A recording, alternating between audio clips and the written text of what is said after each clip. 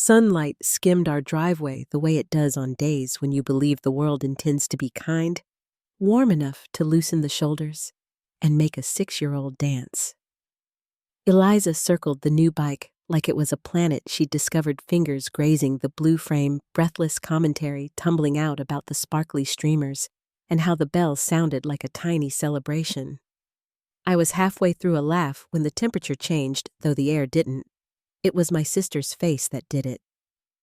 Shayla's smile tightened into that familiar brittle line I recognized from childhood, the one that made me shrink as if I'd been caught doing something wrong by the simple act of existing. She didn't scold. She didn't even raise her voice. She walked into my house with the unhurried confidence of a person certain the rules were made for other people, and she walked back out holding a hammer. Brains do strange math under shock. The first fractional thought was denial. Surely she would not. The second was memory of the birthday necklace I had saved for as a kid that she snapped in two while our mother told me it was my fault for choosing blue, not pink. The third was the sound metal giving way as if the bike cried out, and Eliza's small inhale hands clapped to her mouth, delight collapsing into silence. The second blow warped the front wheel. The third pinned the moment permanently into the day. That should be a lesson for her, Shayla said evenly to the child whose joy she had just folded. My mother's arms crossed like a judge at a sentencing added, "You shouldn't have bought it for her," and something in me, the old training to appease, quivered, then sat down. I smiled. Not the pleading kind families coax out of you for smooth appearances, but the courtroom kind I learned to polish in law school when you need people to hear themselves. I let the hammer clatter, let the driveway breathe, then said the sentence I had kept like a coin in my pocket. That bike wasn't for Eliza. Confusion flickered first, then the scramble to rearrange the story. I explained without heat that Brooklyn's bike had failed because of a manufacturing defect, that I had spoken to the company and secured a replacement upgrade, the exact model Brooklyn had been dreaming about, and planned to surprise her that afternoon. My mother's tongue click of dismissal landed. I asked who exactly brought a hammer to a children's gift. Shayla called me a liar. I offered to go inside and read the emails aloud in the front yard. The choreography of our lives, me explaining them, revising, stumbled. I told them to leave. David stepped onto the porch with the stillness of a load-bearing beam and said, "Time to go," not as threat or performance, just as a door gently closing. Eliza's hand pressed against my leg. I did not look down until the gate latched. "Our mother tried to negotiate tomorrow when you're calm." I told her I was calm, and that was what should concern her. When the house settled, it did not feel empty. It felt newly defined, like a room whose corners had been revealed. Eliza's voice was papery when she asked if she had done something wrong. I told her no. She asked if we could still have ice cream, as if dessert could be revoked by adult anger. We could. While David ladled sprinkles with mock serious science, I rinsed bowls and stood at the window, the bent wheel catching the late sun like a shimmering ellipse. In the past, I would have texted apologies I did not owe. Instead, I opened the apps that tethered my money to their bills, and one by one removed my card. Clicks, not speeches. It wasn't revenge. It was oxygen. The first message lit up before the bowls were dry, my mother demanding an explanation as if decorum had been violated by my boundary, not by a hammer. A second buzzed immediately, Shayla ordering me to put the card back, calling me petty. I turned the phone face down and exhaled. Not triumph, not even relief. Just the long breath of a person discovering that no is a complete sentence you can say softly. When the quiet had a shape, I could set a glass on. I tucked Eliza into bed and sat beside her until her breath evened, telling the wall stories about ducks and bandanas and anything else that didn't involve splintered joy. Then I stood, looked once more at the driveway where the afternoon had bent, and understood that the old rules that I would carry, blame to keep the peace, were finished. Type. Continue to receive the next part. Mourning is when families like mine renovate the truth. The extended group chat woke before the sun had fully climbed the fence, full of sighs and emojis and statements delivered as if from a pulpit about how Eliza had broken Brooklyn's bike, how I had refused to help, how I had cut off financial support out of spite. No mention of a hammer. I stared at the screen and felt the familiar hand of shame pawing at the door, asking to be let back in.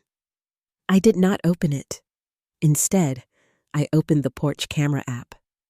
There it was, in clean angles and unambiguous sound. Shayla stepping through my doorway hammer, catching a slip of light. The swing, the ring. Eliza's little gasp. My mother's voice pronouncing judgment on my purchase. I watched the clip once to make sure my memory wasn't doing its own convenient edits, then downloaded it and posted it to the family chat with a single sentence for the record the bike was for Brooklyn. Shayla destroyed it herself. I didn't wait for replies. I showered, made coffee, and listened to the house breathe. When the chat detonated, it sounded exactly like a shaken tin can filled with rocks, capitalized disbelief, hurried pivots, questions dressed up as neutrality, a fresh attempt to relocate blame somewhere that would not bruise. My mother called first. She said the word overreacted as if the problem were volume, not violence. She spoke of reputations. I told her reputations belong to the people who build them. She said I had humiliated family. I told her I had pressed play. She hung up on the quiet. It did not hurt the way it used to because I realized I hadn't been invited into a conversation, only recruited for a script I was no longer performing. By afternoon, a neighbor had posted the clip on the community page with the caption, "Who does this?" And the video took on the slow roll of local weather, everyone looking up to see which way it was moving. Heat rose to my face that wasn't pride and wasn't shame. Something adjacent to both and narrower than either. Then Shayla's husband called a man I had never particularly liked because he wore exhaustion like armor and treated empathy as a billable resource. "Is it real?" he asked, voice flat. Underneath the flat, I heard the warping groan of a story refusing to bend any further. "Yes," I said. He exhaled, "Thank you," and hung up. Gratitude shaped like a man setting down a stone. The tone of the messages from my mother and Shayla shifted a frantic key change from righteous to pleading. They wanted me to delete the video to issue a statement about misunderstandings to think of Brooklyn. I thought of Brooklyn often a girl who deserved an apology spoken in the same language as the harm, and a mother who did not confuse public embarrassment with accountability. I did not answer. Instead, I took Eliza to the park with a loaner bike the shop had lent us when they heard what happened. She was stiff at first, skittish at the small clicks. But children recalibrate their courage in ways adults forget how to do. We rode in slow loops until she remembered that balance is not a miracle, but a practice. On a bench, my phone thrummed with numbers I didn't recognize, acquaintances who wanted proximity to a bonfire. I turned it face down and watched my daughter's ponytail flash like a metronome as she wobbled. Corrected laughed. That night, when the house went still, I opened my laptop and created an email folder labeled Family Documentation. I dragged the manufacturer's emails inside, saved the video to redundant backups, and typed a single page of dates and facts. It felt both clinical and kind, like packing a first aid kit you hope to never open. When sleep finally came, it did not negotiate. It just arrived heavy and deserved, and I let it. Type, continue to receive the next part. 2 days later, paper moved. I learned about it the way lawyers always do, not by rumor or plea, but by form, a filing that said Shayla's husband had initiated divorce proceedings and petitioned the court for temporary custody of Brooklyn. I sat down on the edge of Eliza's bed and watched light slide up the wall. Relief and sorrow braided in my chest. Relief that someone else had said, in a language the family respected, that this was unacceptable. Sorrow for a child who would now watch grown-up words reorganize her rooms. My mother called with a new strategy. The video had been misunderstood, she said. The blow had been a tap. Fear not malice, an accident that had looked worse than it was. I asked whether the porch camera was lying about the sound of impact. She told me to think about Brooklyn as if I had ever stopped. I did something radically ordinary in response. I opened a fresh email and wrote a list without anger. If Shayla or my mother wanted to speak to me, they would apologize to Eliza in person and in writing, pay for the bike they smashed, stop telling revised versions of events to anyone who would listen, and agree to begin family therapy before any future visits. Anything less was not conversation. It was an audition for the next harm. I pressed send and felt the weird, clean emptiness that follows a necessary boundary, like a field after harvest. Nothing to see now but nutrients returning underground. That weekend, I took Eliza back to the park. She insisted on pushing off herself. She pedaled across a patch of dappled shade, wobbled steadied, then whooped so loud a passing dog barked in agreement. I jogged beside her and narrated the world because naming safe things helps repair the brain's sense of proportion. A dragonfly stitching the air, a boy trying to teach his tiny sister how to hopscotch a grandparent on a bench wearing a sweater in July, because age allows you to ignore the weather's opinions. At home, our neighbor slid a casserole onto the porch with a note that said, "For the brave kid and her braver mom." I read it twice and let my eyes sting. Because courage is not only in the porch video. Sometimes it's also in the decision to answer the door. That night, I sorted the new messages. Some were venom in velvet gloves, the suggestion that a harsh boundary was worse than a single mistake, the insistence that I was rigid, the accusation that I had escalated what could have been handled in the family. I did not fight with any of them. I made tea instead and taught Eliza a small, silly ritual of tapping cups twice before sipping a sound that would become proof to both of us that not all knocks mean danger.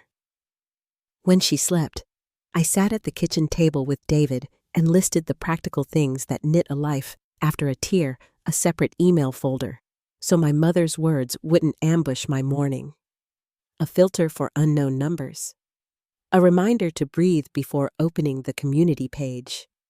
An appointment with a child therapist who believed in teaching kids that boundaries are a kind of love. David listened the way he builds attention, not commentary, and said only, "Good." In bed, I thought about the phrase my mother loved, "Don't upset your sister." It had followed me like a weather report my whole life. Turning off that forecast did not change the climate immediately, but the air in our house had undeniably shifted. It smelled like drywall dust and lemon dish soap. And something else I didn't recognize at first. It was space. Type, continue to receive the next part. Shayla's apology arrived the way water stains slip down a wall, thin, unwilling to admit their shape. She said she had lost her temper, that she didn't mean to scare Eliza, that she loved her niece. She avoided the nouns that mattered, hammer strike break, and instead inflated the air with misunderstanding and bad moment. I replied with nouns only and restated my terms. I added one more. Brooklyn's replacement bike would be delivered to her father's address with a printed copy of the manufacturer's safety notice and receipt. My mother called to tell me I had humiliated the family in front of strangers. I told her I had not humiliated anyone. Actions had. The strangers she resented were neighbors practicing a useful thing called community, and community is what keeps children safe when families confuse protection with secrecy. "You're talking like a lawyer," she said as if it were a diagnosis. I became a lawyer. I said so I could be the person I needed when I was little. The day the new bike arrived for Brooklyn, I met her father in the shop's parking lot.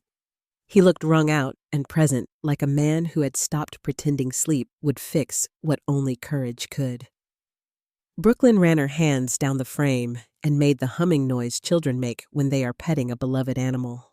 She glanced up at me, wary gratitude barely peeking through. "The manual is in the pouch," I said, "and if anything clicks weird, call me in the shop." Her father nodded like a person learning the grammar of accepting help. He said thank you again, and his thank you wasn't about a bike. It was about a world in which facts were allowed to hold. That evening, my mother sent a message that began with, "Since you insist on being dramatic," and concluded with suggestions about upcoming holidays and how things would look in photos. I replied with one sentence, "There will be no holidays together until safety and accountability are more important to you than pictures." I thought the matter settled, but group chats are hydras. Cut one head and two tidy platitudes grow back. Relatives, some tender, some performative, called my standards harsh and rigid. I didn't argue. People committed to their own sainthood will always resent the mirror. Instead, I withdrew my reflection. I left the chat. I also did maintenance that seems small unless you know how heavy it gets changed. The ringtone for unknown numbers to silence set my mother's emails to skip the inbox and land in the folder like a wayward leaf and put ajar by the door, labeled Fix-Its. Every time Eliza solved something herself, braiding her hair, sounding out a hard word, remembering to close the gate, she dropped a pebble in. By Friday, the jar sounded like a beach when you shook it. The child therapist gave us games that involved building safe houses out of couch cushions and practicing saying "stop" to stuffed animals in voices that were both kind and firm. We laughed a lot during those games, and that laughter did not feel like a denial of what had happened.